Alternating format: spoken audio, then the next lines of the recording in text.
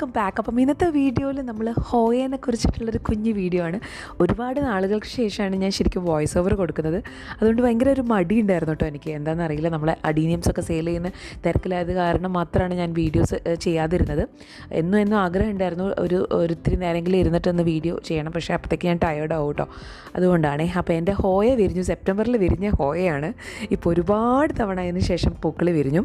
എന്നും എനിക്ക് വീഡിയോസൊന്നും എടുക്കാൻ പറ്റിയിട്ടുണ്ടായിരുന്നില്ല. പക്ഷേ തുടക്കം വിരിഞ്ഞതിൻ്റെ കുറച്ച് വീഡിയോസ് ഞാൻ എടുത്തു വെച്ചിട്ടുണ്ട്. അപ്പോൾ ആ ഒരു കുഞ്ഞ് ഷോർട്ട്, ഒരു 4.5 മിനിറ്റിൻ്റെ ഒരു വീഡിയോ നിങ്ങൾക്ക് വേണ്ടിയിട്ട് ചെയ്യാൻ വിചാരിച്ചു. ഡീറ്റെയിൽ വീഡിയോ പിന്നെ ഞാൻ പറയാം കേട്ടോ കാര്യങ്ങളൊക്കെ. അപ്പം ഇന്നത്തെ വീഡിയോ എന്ന് പറയുകയാണെങ്കിൽ ഹോയ പ്യൂബിക്കാലിക്സ് എന്നാണ് ഈ ഒരു ഹോയയുടെ പേര്.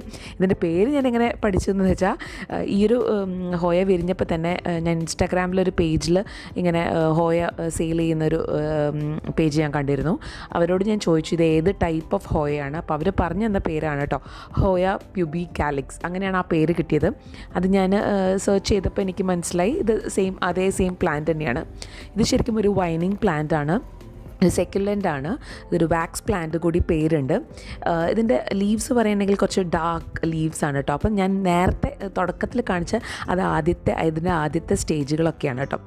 ഇത് ശരിക്കും ഇതിൻ്റെ ഒറിജിൻ എന്ന് പറയുന്നത് ഫിലിപ്പൈൻസ് ആണ്. എപ്പോസിനീസിയ എന്നുള്ള ഫാമിലിയിലാണ് വരുന്നത്. ഒരുപാട് ടൈപ്പ് ഓഫ് വെറൈറ്റീസ് ഉണ്ട്. അപ്പോൾ എൻ്റെ കയ്യിൽ 1-2-3 എണ്ണം ഉണ്ട്. തുടക്കം കുറേ മുമ്പ് ഞാൻ മേടിച്ചിട്ടുണ്ടായിരുന്നു. അത് ഈ വെള്ളം വീഴുന്ന ഒരു സ്ഥലത്ത് വെച്ചത് കാരണം അത് ചീഞ്ഞ് പോയി കേടായിപ്പോയി കേട്ടോ. പിന്നെ ഞാൻ ഈ ഒരു പ്ലാന്റ് മേടിച്ചതിന് ശേഷം അത്യാവശ്യം മെച്ചുവറൊക്കെ ആയി ഒരു വർഷമൊക്കെ കഴിഞ്ഞു കേട്ടോ എനിക്ക് പൂവിട്ട് ഇടാൻ വേണ്ടിയിട്ട്. അപ്പോൾ ഇതിൽ ഞാൻ കൊടുത്തിരിക്കുന്ന പോട്ടിംഗ് മിക്സ് പറയുകയാണെങ്കിൽ മണലും ചകിരിച്ചോറും പെർലൈറ്റ്, വേർമിക്കുലേറ്റ്, കൗഡൻ കമ്പോസ്റ്റും അതുപോലെ തന്നെ വേർമി കമ്പോസ്റ്റും ഇങ്ങനെയുള്ളതാണ് ഞാൻ ഉപയോഗിച്ചിട്ടുള്ളത്. അപ്പോൾ എനിക്ക് ഒരുപാട് കെയറോ കാര്യങ്ങളൊന്നും അറിയില്ല. അപ്പോൾ എൻ്റെ പോളി ഹൗസിൻ്റെ അകത്ത് വെച്ചതിന് ശേഷമാണ് ഇത് ശരിക്കും നന്നായിട്ട് പൂവിട്ടിട്ടുള്ളത് കേട്ടോ. അല്ലെങ്കിൽ അത് മെച്ചുവറായിട്ടായിരിക്കണം അത് പൂവിട്ടിട്ടുള്ളത്. എന്തായാലും ഈ ഒരു ക്ലൈമറ്റ്, അതായത് പോളി ഹൗസിലുള്ള ഈ ഒരു ഹ്യൂമിഡിറ്റി അതിന് ഭയങ്കരമായിട്ട്, അവിടെ വരുന്ന ഹ്യൂമിഡിറ്റി അതിന് ഭയങ്കരമായിട്ട് ഇഷ്ടമായിട്ടുണ്ട്. അപ്പം ഞാൻ ഇതിൻ്റെ കൂടുതലായിട്ടുള്ള കാര്യങ്ങളൊക്കെ ഈ ഒരു ഇൻസ്റ്റാഗ്രാം പേജ് വഴി ഞാൻ അവരോട് ചോദിച്ചിരുന്നു എന്തൊക്കെ ഫെർട്ടിലൈസറാണ് നമ്മൾ കൊടുക്കേണ്ടത് എന്നൊക്കെ. അപ്പോൾ അവർ പറഞ്ഞു തന്നത്, അവർ ചെയ്തത് സീവീഡും അതുപോലെ തന്നെ ബെസാക്കോട്ടെ ഗ്രാന്യൂൾസാണ് ചെയ്തിരുന്നത്. സീവീഡ് അവർ ലിക്വിഡായിട്ട് കൊടുത്തിരുന്നു.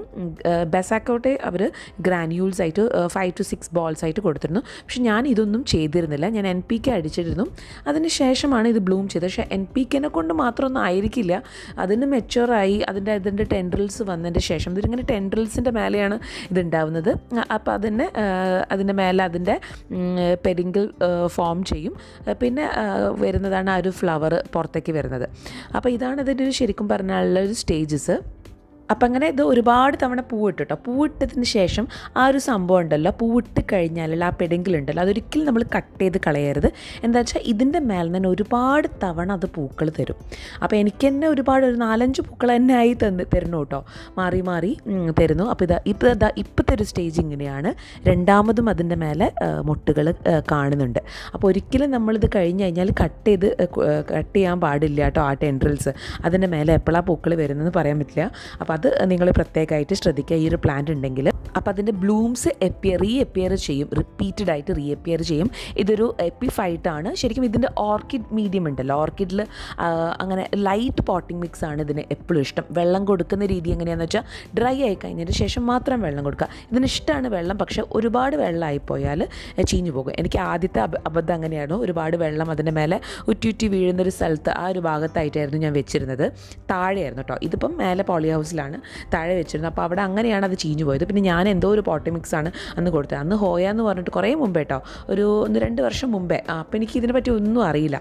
ഇപ്പോൾ ഇപ്പോഴും അറിഞ്ഞിട്ടൊന്നുമില്ല, ജസ്റ്റ് ഇങ്ങനെ ഏതോ ഇതിൽ നോക്കി എങ്ങനെയാണ് ഹോയൻ്റെ പോട്ടിംഗ് മിക്സ്, അങ്ങനെ ഞാൻ നോക്കി അത് ജസ്റ്റ് അങ്ങനെ ചെയ്തു. പക്ഷേ അതിൽ പിടിച്ചു, നന്നായിട്ട് ഗ്രോത്തും കാര്യങ്ങളൊക്കെ ചെടിക്ക് വന്നു കേട്ടോ. അപ്പോൾ നമ്മൾ ചെറിയ പ്ലാന്റ്സ് ഒക്കെ ആണെങ്കിൽ 2-3 ദിവസം കൂടുമ്പോൾ നമ്മൾ ക്ലൈമറ്റിനനുസരിച്ചിട്ട് വെള്ളം കൊടുക്കുക. എന്താ വെച്ചാൽ നമ്മൾ ആദ്യം വെള്ളം കൊടുത്തു, അപ്പോൾ മേലത്തെ നമ്മൾ ഡ്രൈ ആയി കണ്ടിട്ടുണ്ടെങ്കിൽ, പക്ഷേ താഴത്തെ ഭാഗത്ത് അത്ര ഡ്രൈനെസ് ഉണ്ടാവില്ല. അതാണ് 2 to 3 days കഴിഞ്ഞിട്ട്. അപ്പോൾ നല്ല വേനലാണ്. അപ്പോൾ അതിന് നിങ്ങൾ പോട്ടിംഗ് മിക്സ് നോക്കിയിട്ട് നിങ്ങൾ വെള്ളം കൊടുക്കുക കേട്ടോ. പിന്നെ പോട്ടിംഗ് മിക്സിൽ നമ്മൾ ഓൾറെഡി നമ്മൾ കൗഡൻ കമ്പോസ്റ്റും വേർമി കമ്പോസ്റ്റും ഒക്കെ നമ്മൾ ആഡ് ചെയ്യുന്നുണ്ട്. എന്നാൽ നമ്മൾ റെഗുലറായിട്ട് ഫെർട്ടിലൈസ് ചെയ്യണം. എന്നാൽ മാത്രമേ ചെടി നല്ല ഹെൽത്തി ആയിട്ട് ഇരിക്കുള്ളൂ, നല്ല ഗ്രോത്തും കിട്ടുകയുള്ളൂ കേട്ടോ. ശരിക്കും കേരളത്തിൽ വളരെ നന്നായിട്ട് വളരെ എളുപ്പത്തിൽ നമുക്ക് ഹോയ വളർത്താൻ പറ്റും. എന്താ വെച്ചാൽ നമ്മൾ ഈ ഒരു ക്ലൈമറ്റ് നല്ല ഹ്യൂമിഡിറ്റി ഉള്ളൊരു ട്രോപ്പിക്കൽ ക്ലൈമറ്റാണ്. അതുകൊണ്ട് ഈ ഒരു സ്ഥലത്ത് കേരളത്തിൽ നന്നായിട്ട് ശരിക്കും വളരും കേട്ടോ. പിന്നെ വേറൊരു ഇമ്പോർട്ടൻറ്റ് കാര്യം എന്താ വെച്ചാൽ നന്നായിട്ട് ഫ്ലവർ ചെയ്യണമെങ്കിൽ അത്യാവശ്യത്തിനുള്ളൊരു വെയിൽ, അതായത് ഇപ്പം എൻ്റെ ഇവിടെ ഇപ്പം ട്രാൻസ്പെറൻ്റ് ആയിട്ടുള്ള വെയിലാണ്, പക്ഷെ നല്ല വെയിൽ ഉള്ള ഒരു ഭാഗമാണ് ഈ പോളി ഹൗസ്. അപ്പോൾ അതുകൊണ്ട് ആ ഒരു വെയിൽ ഉണ്ടെങ്കിൽ മാത്രമാണ് നന്നായിട്ട് പൂക്കൾ നമുക്ക് കിട്ടുക. ശരിക്കും പൂക്കൾ ഇഷ്ടപ്പെടുന്ന എല്ലാവർക്കും, നമ്മുടെ എല്ലാ പ്ലാന്റ് ലവേഴ്സും ശരിക്കും എന്തായാലും ഒരു ഹോയെങ്കിലും നമ്മൾ വളർത്തി നോക്കണം കേട്ടോ. ശരിക്കും എനിക്കിത് പൂവിട്ടതിന് ശേഷം ഭയങ്കര സന്തോഷമാണ്. എൻ്റെ അടുത്ത് 1-2 വെറൈറ്റീസ് കൂടിയുണ്ട്, പക്ഷേ അതത്ര വലിപ്പം വെച്ചിട്ടില്ല. അപ്പം കൂടുതൽ കളക്ട് ചെയ്യണമെന്ന് എനിക്ക് ആഗ്രഹമുണ്ട്. മാത്രമല്ല വേറൊരൊറ്റ കാര്യം കൂടി പറയട്ടെ, ഇതിൻ്റെ റൂട്ടിൽ വെള്ളം ഇങ്ങനെ തിങ്ങി നിൽക്കരുത്. വാർന്നു പോകുന്ന മണ്ണ്, അതായത് വെള്ളം വാർന്നു പോകുന്ന ഒരു പോട്ടിംഗ് മിക്സ് തന്നെ നിങ്ങൾ ചെയ്യണം. നന്നായിട്ട് ഡ്രെയിൻ ആവുന്നുണ്ടോ, പോട്ടിൽ നിന്ന് നന്നായിട്ട് വെള്ളം പോകുന്നുണ്ടോ എന്നൊക്കെ പ്രത്യേകമായിട്ട് നിങ്ങൾ ശ്രദ്ധിക്കും. ശരിക്കും ഈ ഒരു പ്ലാന്റ് ഒരുപാട് വർഷങ്ങൾ നമ്മളെ കയ്യിലുണ്ടാവും കേട്ടോ. അത്ര പെട്ടെന്ന് കേടായി പോവോ കാര്യങ്ങളൊന്നും വരില്ല, ഒരുപാട് ഫംഗസ് ഒന്നും വരില്ല. പക്ഷേ ഇതിൽ കണ്ടില്ല, നേരത്തെ നിങ്ങൾ കണ്ടില്ല കുറച്ച് കുത്ത് അങ്ങനെ ഇലകളിൽ അങ്ങനെ ഒരു പ്രശ്നം നമുക്ക് കാണാൻ പറ്റാറുണ്ട്. അത് വെള്ളം അതിൻ്റെ മേലെ നിന്നിട്ട് അങ്ങനെ ഫംഗസ് വന്നതാണ്. അപ്പോൾ അതൊന്ന് പ്രത്യേകമായിട്ടൊന്ന് നിങ്ങൾ ശ്രദ്ധിക്കുക, വേറെ ഒന്നുമില്ല. ഇനി കൂടുതൽ ഡീറ്റെയിൽ ആയിട്ട് പോട്ട് ചെയ്യുന്ന വീഡിയോ ഒക്കെ നിങ്ങൾക്ക് വേണമെന്നുണ്ടെങ്കിൽ ഞാൻ ചെയ്യാം കേട്ടോ. അപ്പോൾ ഒന്ന് ജസ്റ്റ് കമൻറ്റ് ബോക്സിൽ കമൻറ്റ് ചെയ്താൽ മതി. ഇനി കൂടുതൽ എനിക്ക് അഡീനിയംസിൻ്റെ കുറച്ച് കാര്യങ്ങളൊക്കെ നിങ്ങളോട് പറയാനുണ്ട്. അപ്പോൾ ഇന്നത്തെ വീഡിയോ ഇവിടെ നിർത്തുകയാണ്. അടുത്ത നല്ലൊരു വീഡിയോ ആയിട്ട് വരുന്നവരെ ബൈ ആൻഡ് ടേക്ക് കെയർ.